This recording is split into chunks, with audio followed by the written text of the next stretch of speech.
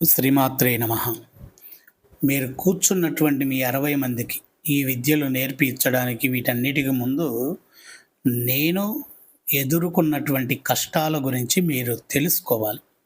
నేను కూడా మీలాగా మొదటి స్థానం నుంచి వచ్చినటువంటి వ్యక్తిని. ఆ కష్టాలు అంత ఆషామాషి అయినటువంటివి కాదు. చెప్పుకుంటే గుండెలు పగిలిపోతాయి. అంత భయంకరమైనటువంటి కష్టాలు. వీటిని ఎదుర్కోగలిగేటటువంటి సత్తా మనలో ఉండాలి.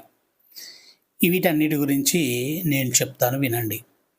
నేను 2011లో కేరళ తంత్ర విధానం, ప్రత్యంగరి, కృత్య దేవత విధానంలో ఉన్నటువంటి గురువు వచ్చినప్పుడు ఆయనతో ప్రారంభించడం జరిగింది నా జర్నీ. అప్పుడు 3 సంవత్సరాల పాటు అతని వెంట తిరిగాను. అనేకమైనటువంటి ఇబ్బందులు పెట్టాడు. ఆ ఇబ్బందులు నాకు కష్టాలుగానే అనిపించింది. నాకు ఇసుక పుట్టింది. వెళ్ళిపోవాలనిపించేది అన్నీ. కానీ కొంతకాలం తర్వాత నాకు తెలిసింది. నన్ను అతను పరీక్షిస్తున్నాడు. ఇతనికి ఓపిక ఉందా లేదా? ఇతను అసలు అమ్మవారిని చూడగలుగుతాడా లేదా? ఇతను విద్యలు నేర్చుకోగలుగుతాడా లేదా?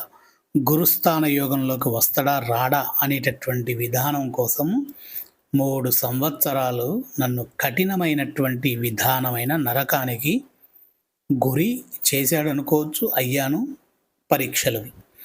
అయితే అవన్నీ పోయిన తర్వాత ఇక సాధనలోకి వెళ్ళిన తర్వాత ఇవి ఒక రకమైనటువంటి పరీక్షలు.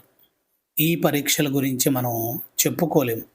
ఎందుకంటే మనము సుఖానికి అలవాటు పడినటువంటి వాళ్ళము ఈ సాధనలోకి వచ్చిన తర్వాత ఆ సుఖాలన్నిటిని దూరం చేస్తూ ఉంటుంది ఈ సాధన అనేటటువంటి ప్రయాణం. ఆ ప్రయాణంలో భార్య పిల్లల మధ్యన విభేదాలు రావచ్చు, తల్లిదండ్రుల మధ్యన విభేదాలు రావచ్చు, అన్నాదమ్ముల మధ్యన విభేదాలు రావచ్చు, అనేకమైనవి రావచ్చు. కానీ వదులుకోవద్దు ఎవరిని? గురువుని. అది మీకు తెలిసేటట్టుగా చెప్తాను వినండి.